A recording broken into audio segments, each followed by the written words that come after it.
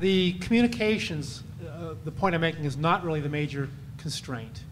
It's rather how you start to subdivide and create breakdowns of your plant infrastructure. In the original architecture with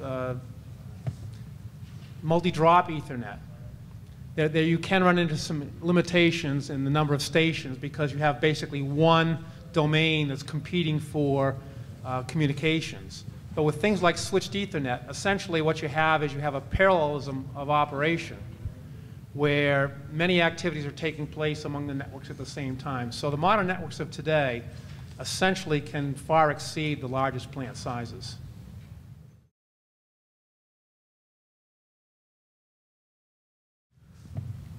I think the short answer is probably yes, that it does make the system certainly more complex, but that complexity comes with the benefits of being able to do things that you wouldn't normally otherwise do. So as with all questions, when you look at system sizing, you shouldn't look necessarily at cost, but cost and benefit.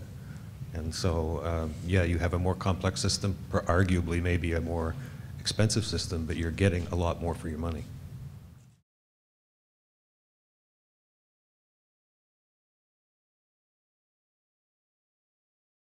Okay.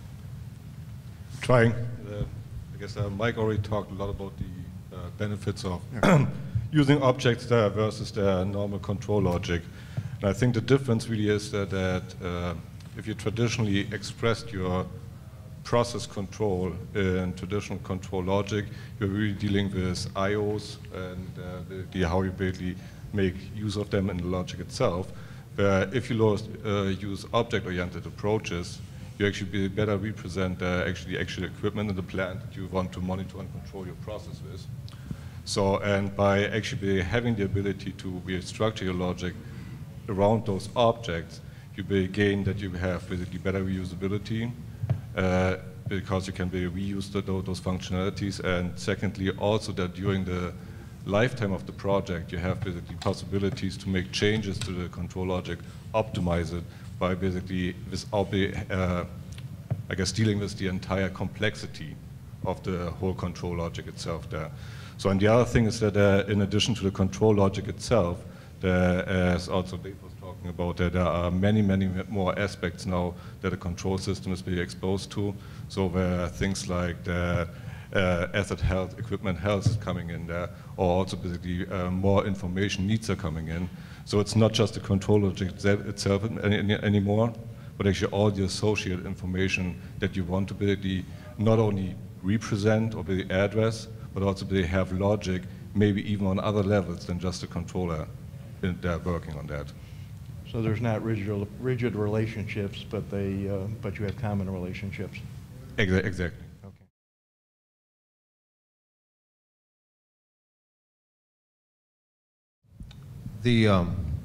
I guess the simple answer is if you can direct search, if there's not a downside to direct search of a particular database, you don't want to replicate.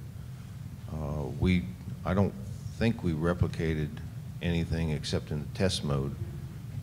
We had to, we replicated for that, but I don't think that any of ours were replicated in the final implementation. Well, as I said earlier, I'm not a control practitioner, so I might not be the best one to answer that. But I think the general answer is that you design the system, and I don't mean the end user designs the system, the tools are designed in such a way to make that readily apparent, and so that it's less ambiguous, if not totally unambiguous, about whether or not you're looking at one side or the other. I don't know, Mike or Throff might have a better answer than that. Either one of you guys want to comment? Yeah, in the systems, whether it was our proprietary system or commercial system we're using today, think of it as fox and dog. I mean, it is the primary control application that is running the control system live is clearly identified, and you are loading into the dog, which is the follower application, which is not voting or providing outputs to the actual running plant. So it is clearly articulated which is running and which is in a standby mode. And you can evaluate the entire application, not just a segment of the application. You can evaluate the entire plant. And that's the whole reason for this is many plants or many systems you can do a hot load of a new control valve or whatever, but how does that actually perform in relationship to the total applications that's running in the control system? And the reason for the evaluation mode is to understand the total dynamics of the application based on the change that you're affecting. So the answer is it's clearly articulated in the evaluation mode what is running, what is not. You get a differences report. You can choose then to promote the follower to the leader, and then after that, then you get a side load, and they are synchronized. And I guess that's really the difference there, doing it really actually support in the system itself, because as you pointed out, it needs to be designed into the system. Right. So because I think that, Eric, you could also do it just by basically doing application to application, just engineering, but by actually having it built into the system itself. It actually gives a clear indication where it belongs to, so it cannot be mistaken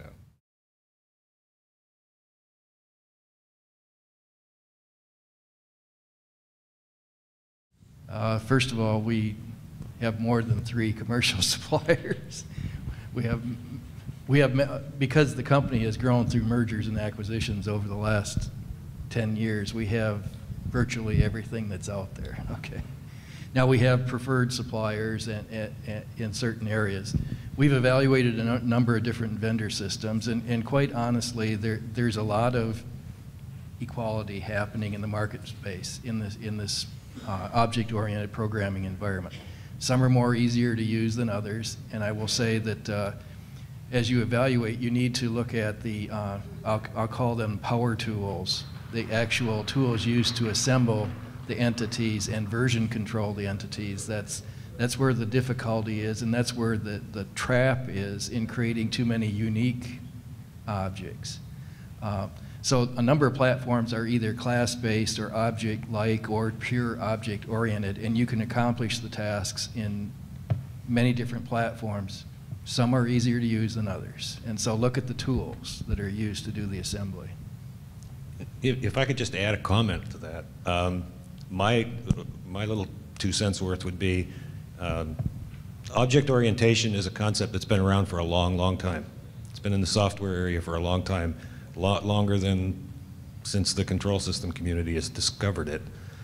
One of the things that I would caution people to do is when people say they're object oriented, it's a little bit like, people talk about the cloud or whatever the latest buzzword happens to be. Educate yourself about what object oriented really means in a control systems environment, and really press on the vendors that they really do know what they're talking about. Because it's a lot easier to use the buzzwords than to really understand the concepts and the implications for the domain that you're working in.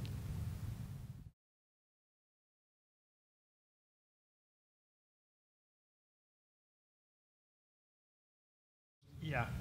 In terms of the first question, if you think of the traditional layers within the system, at the lower layers, it's important that more real-time actions like one control loop coordinating with another control loop or an operator adjusting a set point, et cetera, occurs.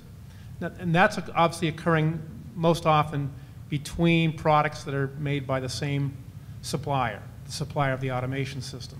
But when you start to go at the layers above that, and you start to get into whether it be a scheduling application, an optimization application, or even integrating data more up into a top-level enterprise system, then what's commonplace today is looking to standards. And I really expect that we're going to see a lot of evolution of standards, and over time, maybe a little more unification to the same exact standard. But in the interim, it becomes necessary, in essence, to put things like OPC-UA on top of the data variables that come from the system.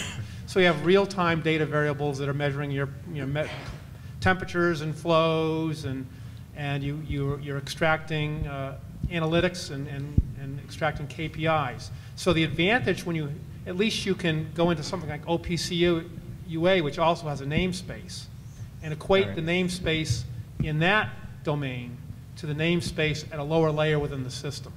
So without that technique, it becomes more work, more engineering effort, and more confusing, because at least you can have the names be identical in the different namespaces used by the different communications protocols. And the answer to the second question is, starting in 1995, we did exactly what you described with pure structured text, discipline, naming conventions, and the like. The difference from free-form chaos to using discipline standards, I'll give an example. A configuration effort for a typical batch process was 10 to 12 hours per I/O. Adding the conventions, as you described, and using an object-like technique, but not object-oriented, we were able to reduce the cost down to complex batch processes down to 6 to 8 hours per I/O. Switching to the commercial environment over the last 5 years, that same configuration effort is less than 2 hours per I/O for complex batch that 10 years ago was 12 hours per I/O. So that's the difference.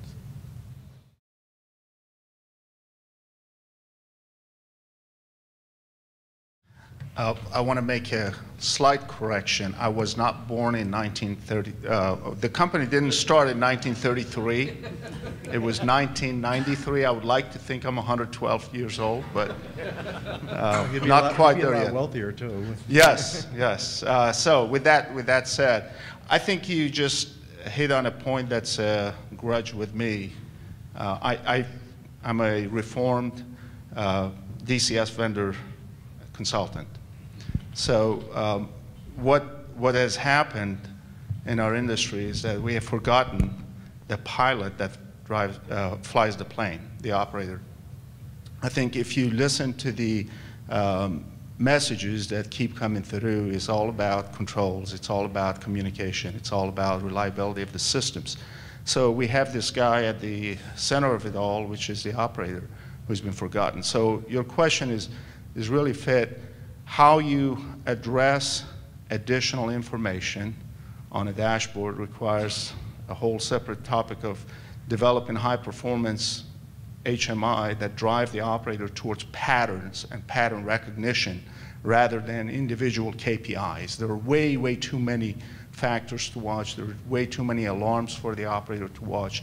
So what we advocate, and in a book that we wrote on this subject, is a pattern recognition approach that takes into consideration progressive exposure of information to the operator. The operator should be running the plant pretty much like a pilot does. The pilot doesn't get thousands of instrument indications at a given time. He gets critical information, and then he can drill down and find more answers. I think by bringing some focus to the operator, taking a more of a user-centered design approach, we can address it, and it can be done. Take a look at the book. It does go through some of that and explains it. Thank you, Eddie.